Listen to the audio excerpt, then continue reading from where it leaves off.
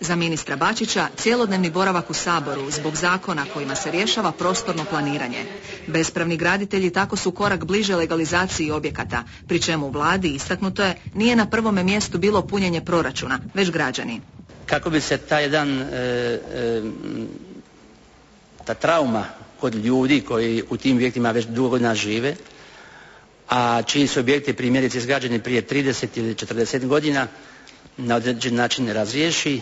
SDP predlaže da se ipak vodi računa o tome da nije sva bespravna gradnja jednaka. Treba prije svega voditi računa o ljudima koji su to silnom prilika napravili za krov nad glavom. Sve drugo što se pretvaralo u komercijalu i u preprodaju, to mislim da ne bi trebalo biti legalizirano. HNS načelno podupire prijedlog, ali ostanu li nedorečenosti o tome što se i kako može legalizirati te po kojoj cijeni, smatraju da će zakon služiti samo u predizborne svrhe. Ključna je visina troškova legalizacije. Ukoliko ona nepristupačna većini građana, onda je zakon pisan za bogatiju manjinu i u provedbi zakon pada u vodu. S tim se slaže i HSS, pogotovo kad je riječ o legalizaciji poljoprivrednih objekata, pa predlažu da naknada bude iznimno mala.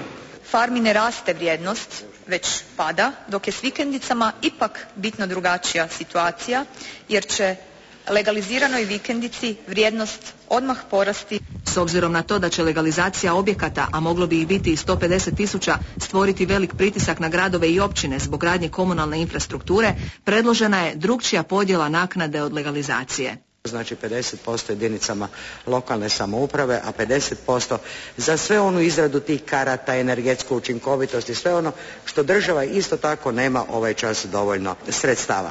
Zakon će u drugo čitanje, a potpora zastupnika ovisit će o tome koliko je vladi stvarno stalo do sređivanja stanja u prostoru, a ne predizbornog marketinga.